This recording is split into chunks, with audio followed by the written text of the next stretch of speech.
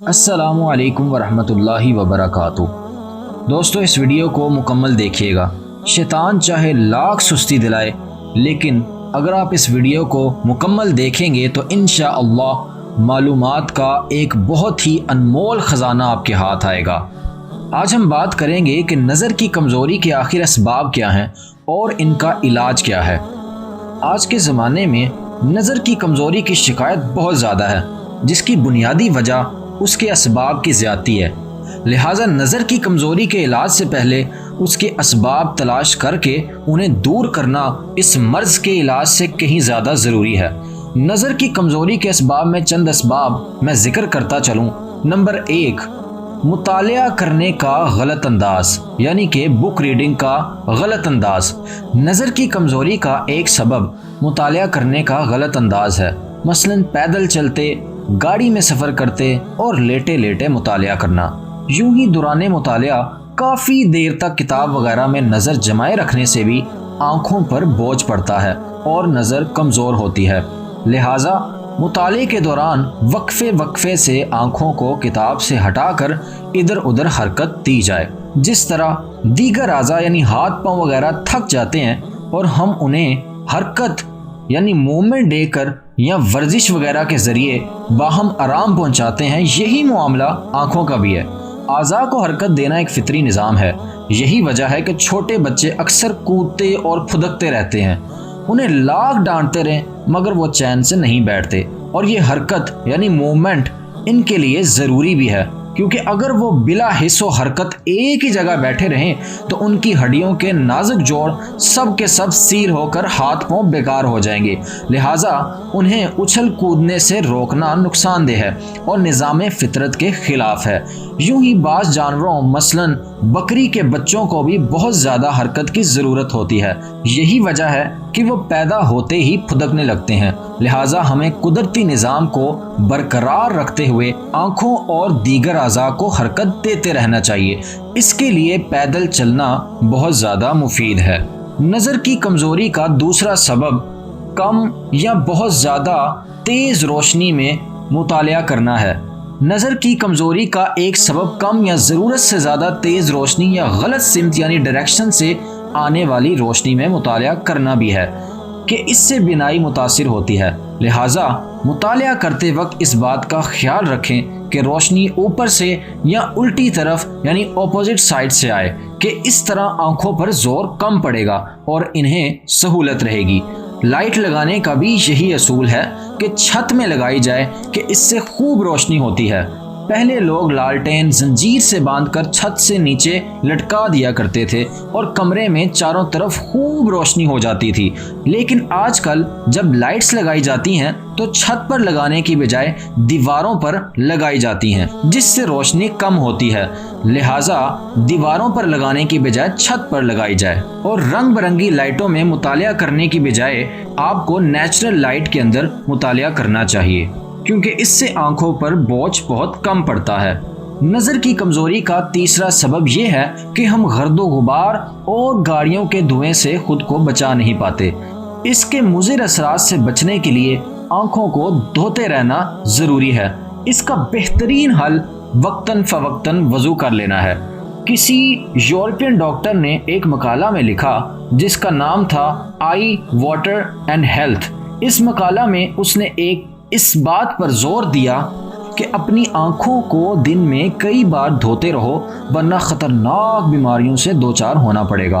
आंखों की एक ऐसी बीमारी भी है जिसमें आंखों की रतूबत असलिया यानी कि असली तरी कम या ख़त्म हो जाती है और बेनाई कमज़ोर होते होते बिलाखिर मरीज़ अंधा हो जाता है। तिब्बी असूल के मुताबिक अगर भंवों को वक्तन फ़वक्तन तर किया जाता रहे तो इस मर्ज़ से तहफ़्फ़ुज़ मिल सकता है। अल्हम्दुलिल्लाह रब्बिल आलमीन, इस यूरोपियन डॉक्टर के बयान करदा तिब्बी असूल से हम मुसलमानों के मज़हब की सच्चाई और उम्दगी मज़ीद वाज़े होती है कि हम रोज़ाना कई बार वज़ू की सूरत में अपनी आँखों और दीगर आज़ा के तहफ़्फ़ुज़ का सामान कर लेते हैं। नज़र की कमज़ोरी का चौथा सबब यह है कि अपनी आँखों का गलत इस्तेमाल करना। نظر کی کمزوری کے اسباب میں ٹی وی، وی سی آر، کمپیوٹر یا فلمیں ڈرامے دیکھنا، بلا ضرورت اپنی یا کسی اور کی شرمگاہ کی طرف نظر کرنا اور گندگی یعنی پیشاب وغیرہ دیکھنا بھی ہے۔ لہٰذا ان سب چیزوں کی طرف نظر کرنے سے اپنی نظر کی حفاظت کرنی چاہیے۔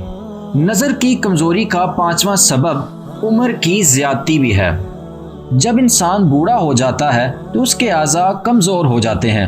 اعضاء کی یہ کمزوری دراصل موت کا پیغام ہے۔ سیاہ بالوں کے بعد سفید بال، جسمانی طاقت کے بعد کمزوری اور سیدھی کمر کے بعد کمر کا جھکاؤ، مرض، آنکھوں اور کانوں کا تغیر یعنی پہلے نظر اچھی ہونا پھر کمزور پڑ جانا اور سننے کی طاقت کی درستگی کے بعد بہرے پن کی آمد وغیرہ، یہ سب تو موت کے قاصد ہیں اور پیغام دیتے ہیں کہ زندگی کی میعاد ختم ہونے والی ہے۔ ایسے کمزور نظر والوں کو بالخصوص اور بالعموم سبھی کو آنکھوں کی روشنی کی فکر سے کہیں زیادہ قبر میں اور پلسرات میں روشنی کے لیے اسلامی ذہن بنانے کی ضرورت ہے۔ اب جب آپ نے جان لیا کہ نظر کی کمزوری کے اسباب کیا ہیں تو اب اس کے علاج کی طرف بھی توجہ فرمائیے۔ پہلے میں آپ کو روحانی علاج کی طرف توجہ دلانا چاہتا ہوں، اس کے بعد ہم طبی علاج پر بھی روشنی ڈالیں گے۔ نظر کی کمزوری کا علاج کرنے سے پہلے اس علاج کی اچھی نیتوں اور مقاصد کو بھی پیش نظر رکھا جائے کہ نظر صحیح ہوگی تو عبادت، تلاوت، فرض علوم اور دیگر اسلامی کتب کا مطالعہ اور کسب معاش یعنی روزی کمانے میں مدد ملے گی اور حسب ضرورت حلال روزی کمانا تاکہ اپنے والدین کی خدمت، اہل و عیال کی پرورش کر کے اپنی شرعی ذمہ داریاں پوری کی جا سکیں تو یقیناً یہ کام ثواب ہوگا۔ نظر کی کمزوری کے 4 روحانی علاج ملاحظہ فرمائیں۔ پہلا علاج، نظر کی کمزوری دور کرنے کا ایک عمل یہ ہے کہ وضو کے بعد آسمان اور اگر کمرے وغیرہ میں ہوں تو چھت کی طرف منہ کر کے سورۃ القدر پڑھ لیا کریں۔ انشاءاللہ نظر کبھی بھی کمزور نہ ہوگی۔ مسائل القرآن میں ہے کہ جو وضو کرنے کے بعد آسمان کی طرف دیکھ کر ایک مرتبہ سورہ انا انزلناہ یعنی سورۃ القدر پڑھ لیا کرے تو انشاءاللہ اس کی بینائی میں کبھی بھی کمی نہیں ہوگی، یعنی نظر کبھی کمزور نہ ہوگی۔ دوسرا روحانی علاج یہ ہے کہ 5 نمازوں کے بعد 11 مرتبہ یا نورو پڑھ کر دونوں ہاتھوں کے پوروں پر دم کر کے آنکھوں پر پھیر لیجئے۔ تیسرا روحانی علاج یہ ہے کہ سورہ کاف کی آیت مبارکہ 22 فَكَشَفْنَا عَنْكَ غِطَاءَكَ فَبَصَرُكَ الْيَوْمَ حَدِيدٌ، ترجمہ، تو ہم نے تجھ پر سے پردہ ہٹایا تو آج تیری نگاہ تیز ہے۔ اس آیت کو ہر نماز کے بعد 3 مرتبہ پڑھ کر انگلیوں پر دم کر کے آنکھوں پہ پھیریے۔ انشاءاللہ بصارت میں کمی نہ ہوگی، بلکہ جس قدر کمی ہو چکی ہوگی وہ بھی درست ہو جائے گی۔ چوتھا روحانی علاج، اعلیٰ حضرت رحمت اللہ علیہ فرماتے ہیں کہ آیت الکرسی شریف یاد کر لیجئے، ہر نماز کے بعد ایک بار پڑھیے، نماز پنجگانہ کی پابندی رکھیے اور جب اس کلمہ پر پہنچیں وَلَا يَؤُودُهُ حِفْظُهُمَا تو دونوں ہاتھوں کی انگلیاں آنکھوں پر رکھ کر اس کلمہ کو 11 بار کہیں، پھر دونوں ہاتھوں کی انگلیوں پر دم کر کے آنکھوں پر پھیر لیں۔ پھر فرمایا کہ یہ عمل ایسے قوی التاثیر یعنی ایسے زبردست اثر والے ہیں کہ اگر صدق اعتقاد یعنی سچا یقین ہو تو انشاءاللہ گئی ہوئی آنکھیں بھی یعنی گئی ہوئی بینائی بھی واپس آ جائے۔ یہ تھے نظر کی کمزوری کے 4 روحانی علاج۔ اب نظر کی کمزوری کے طبی علاج کی طرف متوجہ ہوں۔ نظر کی کمزوری کا ایک طبی علاج یہ ہے کہ روزانہ رات کو سونے سے قبل اسمت سرما لگائیے کہ یہ نظر کو تیز کرتا ہے، جیسا کہ شمائل محمدیہ میں ہے کہ طبیبوں کے طبیب اللہ کے حبیب صلی اللہ علیہ وآلہ وسلم نے ارشاد فرمایا اسمت سرما لگایا کرو کہ یہ نظر کو تیز کرتا ہے اور پلکوں کے بال اگاتا ہے۔ آپ صلی اللہ علیہ وآلہ وسلم کے پاس بھی ایک سرما دانی تھی، اس میں سے 3 سلائیاں روزانہ رات کو آنکھوں پر لگایا کرتے تھے۔